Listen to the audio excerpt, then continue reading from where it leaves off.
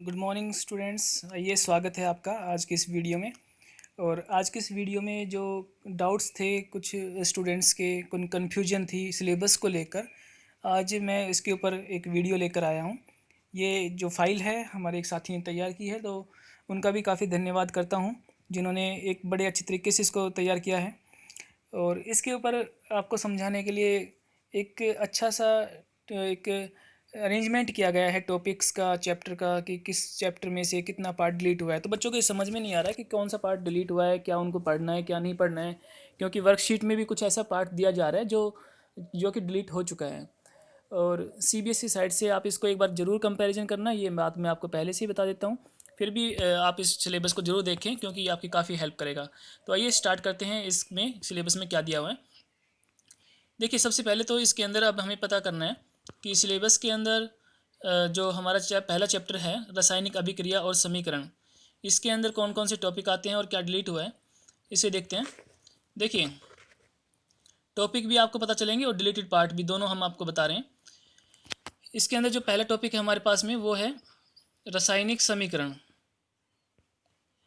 उसके बाद में संतुलित रासायनिक समीकरण, समीकरण को कैसे संतुलित किया जाता है, संतुलित रासायनिक समीकरण का उपयोग क्या होता है, रासायनिक अभिक्रिया के प्रकार कौन कौन से हैं, जैसे कि संयोजन अभिक्रिया, वियोजन अभिक्रिया, विस्थापन अभिक्रिया, द्विविस्थापन अवक्षेपण अभिक्रिया और उदासीनीकरण अभिक्रिया। ये सारे उसके टॉपिक हैं। लेकिन अब इस चैप्टर में से जो डिलीट हुआ है वो क्या है, तो यहाँ पर साफ साफ साफ साफ इंगित कर दिया गया है कि इस चैप्टर में कुछ भी डिलीट नहीं हुआ है। No any part is deleted, कुछ भी डिलीट नहीं हुआ है। तो पूरा चैप्टर, आपका पहला चैप्टर एज इट इज आने वाला है जैसा कि पहले आना था। इसके बाद में दूसरे पार्ट की तरफ चलते हैं जिसका नाम है अम्ल, क्षारक और लवण।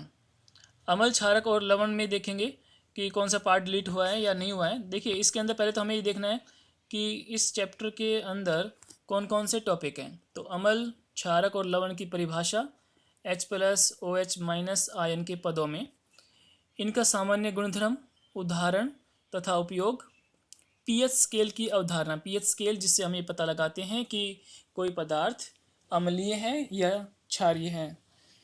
लघुगणक से संबंधित परिभाषा की आवश्यकता नहीं है। दैनिक जीवन में पीएच का क्या महत्व है, sodium hydroxide, bleaching powder, baking soda हर बार की तरह इंपॉर्टेंट है, washing soda, plaster of Paris का निर्माण और उपयोग, इन सभी का निर्माण कैसे होता है, उनके सूत्र क्या हैं और उनका उपयोग कहाँ कहाँ होता है। तो इस चैप्टर में लगभग सारे ही टॉपिक कवर हो गए हैं, तो कोई भी पार्ट डिलीटेड नहीं है। तो यहाँ पर लिखा हुआ है no any part is deleted. इसके बाद में हम आगे देखते हैं चैप्टर नंबर 3 में, जिसका नाम है धातु और अधातु। धातु और अधातु काफ़ी बड़ा चैप्टर है, तो इसमें से ज़रूर डिलीट किया गया है। तो ये देखते हैं कि अभी हमें कौन से टॉपिक पढ़ने हैं जो डिलीट नहीं हुए हैं, जो हटाए नहीं गए हैं। धातु और अधातु के गुणधर्म। इसके बाद में अभिक्रिया श्रेणी, एक सक्रियता श्रेणी दी होती है आपको इस तरह से करके।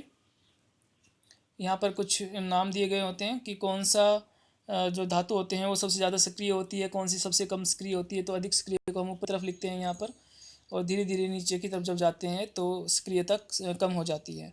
इसमें से जो डिलीटेड पार्ट है उसकी बात करते हैं। देखिए, दो बड़े टॉपिक हटा दिए गए हैं। पहले का नाम है धातु को प्राप्त करने की प्रक्रिया, जो आती है हमारी मेटलर्जी में। धातु निष्करण क्या होता है, गैंग किसे कहते हैं, ये सारे टॉपिक्स यहाँ से हटा दिए गए हैं। इसके बाद में संक्षारण, एक छोटा टॉपिक जरूर था लेकिन काफ़ी इंपॉर्टेंट था एग्जाम पॉइंट ऑफ व्यू से, उसको भी यहाँ से हटा दिया गया है। संक्षारण यानी कि जंग लगना और इसकी रोकथाम कैसे कर सकते हैं, ये टॉपिक भी यहाँ से डिलीट कर दिया गया है। चैप्टर 4 की तरफ चलते हैं जिसका नाम है कार्बन और उसके यौगिक। जो अभी इसमें से क्या हुआ था कि वर्कशीट्स के अंदर कुछ डिलीटेड पार्ट्स भी आ गए थे, लेकिन वो हमें करने पड़े हैं, लेकिन यहाँ पर डिलीटेड पोर्शन में उसे दिया गया है। तो ये आपको ध्यान से देखना है। देखिए, कार्बन के यौगिकों के सहसंयोजक बंध, कार्बन का सर्वोत्मुखी गुण और समजातीय श्रेणी, ये बड़े आसान से टॉपिक हैं जो आपके अभी चैप्टर के अंदर हैं। इनमें से जो डिलीट हुआ है वो कौन कौन से टॉपिक है उसकी बात कर लेते हैं। काफ़ी पार्ट इसका डिलीट कर दिया गया है। कार्बन के यौगिक का नामकरण, इनमें फंक्शनल ग्रुप भी आ जाते हैं, जैसे कि हमारे पास में हेलोजन है, एल्कोहल है, कीटोन्स, एल्डिहाइड, अल्केन्स और अल्काइंस, इन सबको यहाँ से डिलीट कर दिया गया है। संतृप्त हाइड्रोकार्बन और असंतृप्त हाइड्रोकार्बन के बीच में क्या अंतर है, ये भी डिलीट है। कार्बन के यौगिकों का समीकरण, यौगिकों का रासायनिक गुण यानी कि combustion, oxidation, addition and substitution reactions, ये सब यहाँ से हटा दी गई है, इस चैप्टर में से निकाल दी गई है। इथेनॉल तथा एथेनोइक अम्ल, ये एग्जाम पॉइंट ऑफ व्यू से बहुत ही इंपॉर्टेंट क्वेश्चन हुआ करता था, लेकिन अब ये इस बार के सिलेबस में नहीं है, 2020-2021 के 10th क्लास सिलेबस में नहीं है, इसको हटा दिया गया है। साबुन अपमार्जक, ये भी एक इम्पोर्टेंट टॉपिक था जिसको यहाँ से डिलीट कर दिया गया है। तो केमिस्ट्री के जो 4 चैप्टर हैं उनमें से पहले चैप्टर में कुछ भी डिलीट नहीं हुआ, दूसरे में नहीं हुआ, तीसरे और चौथे में डिलीट हुआ है। जो 5वां चैप्टर है केमिस्ट्री का ही, उसका नाम है तत्वों का आवर्ती वर्गीकरण, और इस चैप्टर में से भी कुछ भी डिलीट नहीं हुआ है। वर्गीकरण की आवश्यकता तत्वों को वर्गीकृत करने का प्रारंभिक प्रयास किस किसने किया था, डोबेनियर, न्यूलैंड, मेंडलीफ की आवर्त सारणी, आधुनिक आवर्त सारणी और आवर्त सारणी में तत्वों के गुणों में आवर्तता। तो ये सारे टॉपिक वहीं के वहीं हैं। तो इस चैप्टर में कोई भी पार्ट डिलीट नहीं हुआ है। जो 2-3 टॉपिक और रह जाते हैं वो भी इम्पोर्टेंट है इसमें, संयोजकता, परमाणु संख्या, धात्विक तथा अधात्विक गुण, सारे के सारे जो आधुनिक आवर्त सारणी है उसके हिसाब से ये 3 पॉइंट उसी में ही ऐड हो जाते हैं। तो यहाँ से भी कोई भी पार्ट डिलीट नहीं हुआ है। इसके बाद में बायोलॉजी के चैप्टर स्टार्ट होते हैं। सबसे पहले हमारे पास में है जैव प्रक्रम। जैव प्रक्रम काफ़ी इंपॉर्टेंट चैप्टर है और थोड़ा सा बड़ा भी था, लेकिन यहाँ से भी कोई पार्ट डिलीट नहीं हुआ है। No any part is deleted. तो इनमें जो पढ़ने वाले टॉपिक्स थे हमारे पास में, बड़े टॉपिक, वो कौन कौन से थे, लिविंग बींग्स, पादपों और जंतुओं में पोषण कैसे होता है, श्वसन कैसे होता है, वहन कैसे होता है, उत्सर्जन कैसे होता है, पादपों में और जंतुओं में बेसिक कंसेप्ट्स हमें इसके बारे में पढ़ने हैं। तो ये पूरा चैप्टर HTG है, कोई भी पार्ट डिलीट नहीं हुआ है। इसके बाद में अगला चैप्टर पे चलते हैं जो पूरी तरह से हटा दिया गया है। चैप्टर नंबर 7, नियंत्रण तथा समन्वय, ये पूरी तरह से हटा दिया गया है, पूरा चैप्टर ही डिलीट है आपका, ये आपको नहीं पढ़ना है। इसके बाद में चैप्टर नंबर 8 है हमारे पास जनन। तो जनन में से, जनन क्योंकि एक बड़ा चैप्टर था, लेकिन कुछ इंपॉर्टेंट चीज़ें इसमें से रख ली गई हैं, मोस्टली सारी की सारी वहीं पे, कोई भी पार्ट डिलीट नहीं हुआ है। तो पादपों में तथा जंतुओं में जनन, अलैंगिक भी और लैंगिक भी, जनन स्वास्थ्य की आवश्यकता और परिवार नियोजन की विधियाँ, सुरक्षित सेक्स वर्सेज HIV एड्स, शिशुपालन तथा स्त्री स्वास्थ्य, child bearing and women's health, ये सारे चैप्टर टॉपिक्स वहीं के वहीं हैं इस चैप्टर में। सो इस पार्ट में भी no any part is deleted. Chapter 8 में से भी कुछ डिलीट नहीं हुआ है। बायो में 7वां पार्ट पूरी तरह से हटा दिया गया है, ध्यान रखना है।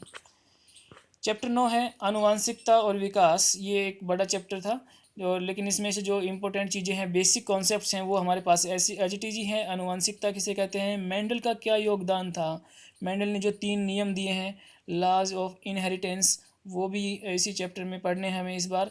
और लिंग निर्धारण, ब्रीफ इंट्रोडक्शन, छोटा सा इसका इंट्रोडक्शन हमें देना है लिंग निर्धारण के बारे में। इसके बाद में जो बेसिक कॉन्सेप्ट्स ऑफ इवोल्यूशन थे, विकास की मूल अवधारणा, उसको इस चैप्टर से डिलीट कर दिया गया है। तो यहाँ से चैप्टर 9 में से डिलीटेड पार्ट में क्या आएगा, विकास की मूल अवधारणा। चैप्टर 10 की तरफ चलते हैं। चैप्टर 10 में हमारे पास में है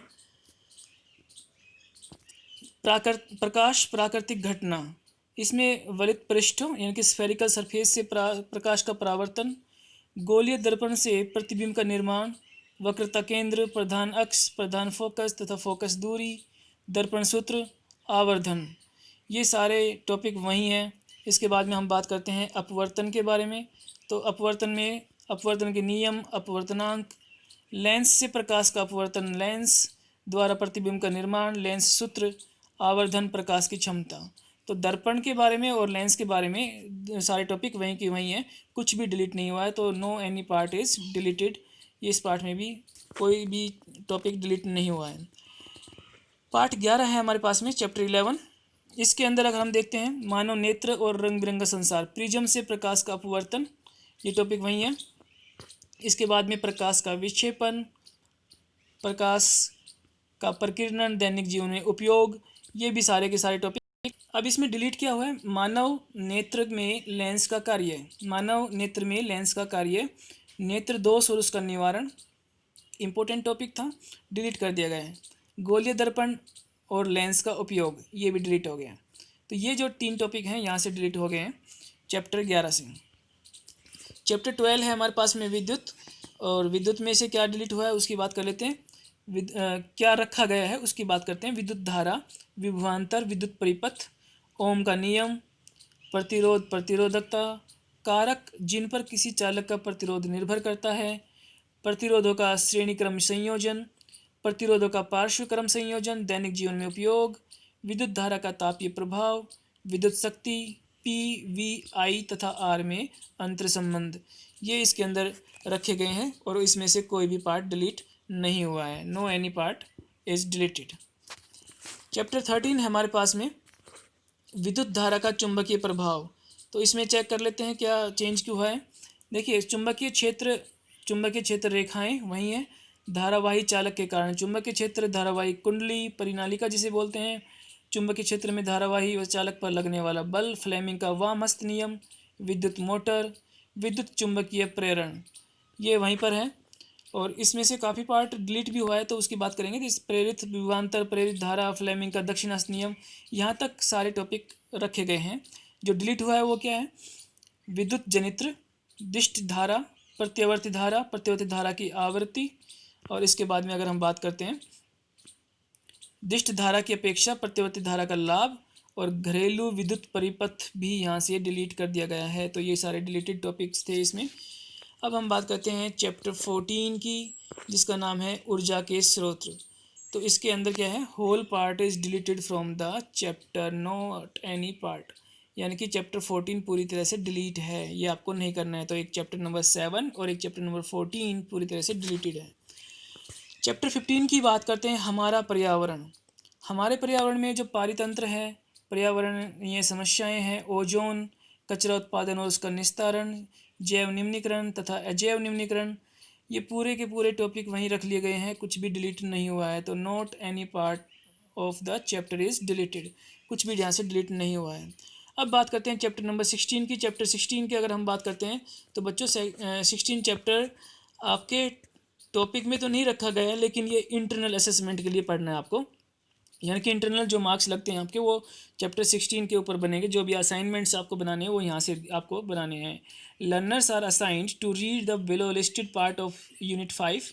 दे can be encourage to prepare a brief write up or any one concept of this unit in their portfolio. तो अपना एक पोर्टफोलियो जो आपका लगता है 5 मार्क्स का, उसमें इसमें असाइनमेंट बनाना है। This may be an assessment for internal assessment and credit may be given periodic assessment और पोर्टफोलियो। तो इसमें आपका जो पीरियोडिक असेसमेंट होता है उसमें भी इसके मार्क्स लग सकते हैं, पोर्टफोलियो मिल सकता है, उसमें भी आप इसको ऐड कर सकते हैं। तो ये चैप्टर आपको पढ़ना है। This portion of the unit is not to be assessed in the year end examination, लेकिन सिर्फ फ़र्क ये है कि आपका थियोरेटिकल पार्ट में ये नहीं आने वाला है। तो यहाँ पर जो टॉपिक हमारे पास बनते हैं वो कौन कौन से बात कर लेते हैं। प्राकृतिक संसाधनों का संरक्षण तथा उनका न्याय संगत उपयोग, वन तथा वन्य जीव, कोयला तथा पेट्रोलियम का संरक्षण, प्राकृतिक संसाधनों के संरक्षण में मानव भागीदारी का उदाहरण, बड़े बांध, लाभ तथा सीमाएं, इनका विकल्प यदि संभव है, जल संरक्षण, प्राकृतिक संसाधनों की निरंतरता। तो ये जो टॉपिक थे ये वो टॉपिक हैं जो आपके इस चैप्टर में आपको इंटरनल असेसमेंट के लिए रखने हैं या पोर्टफोलियो बनाने के लिए रखने हैं। आपके थियोरेटिकल जो एग्ज़ाम है उसके अंदर ये चैप्टर नहीं आने वाला है। तो 3 चैप्टर थियोरेटिकली आपके मिस हो गए हैं, चैप्टर नंबर 7, चैप्टर नंबर 14 और चैप्टर नंबर 16। लेकिन चैप्टर नंबर 16 आपके असेसमेंट के लिए उपयोगी है। तो बच्चों ये एक छोटा सा एक वीडियो था आपको समझाने के लिए। बहुत से कन्फ्यूजन्स थी आपके पास में कि सिलेबस में क्या आने वाला है। तो साइंस सिलेबस मुझे लगता है काफ़ी हद तक क्लियर हो गया है। फिर भी अधिक मार्गदर्शन के लिए आप CBSE के द्वारा तय किया हुआ अपना सिलेबस ज़रूर चेक करें। CBSE ने वहाँ पर अपनी साइट पर क्या डाला है उससे भी इसको ज़रूर मैच कर लीजिए एक बार। तो धन्यवाद।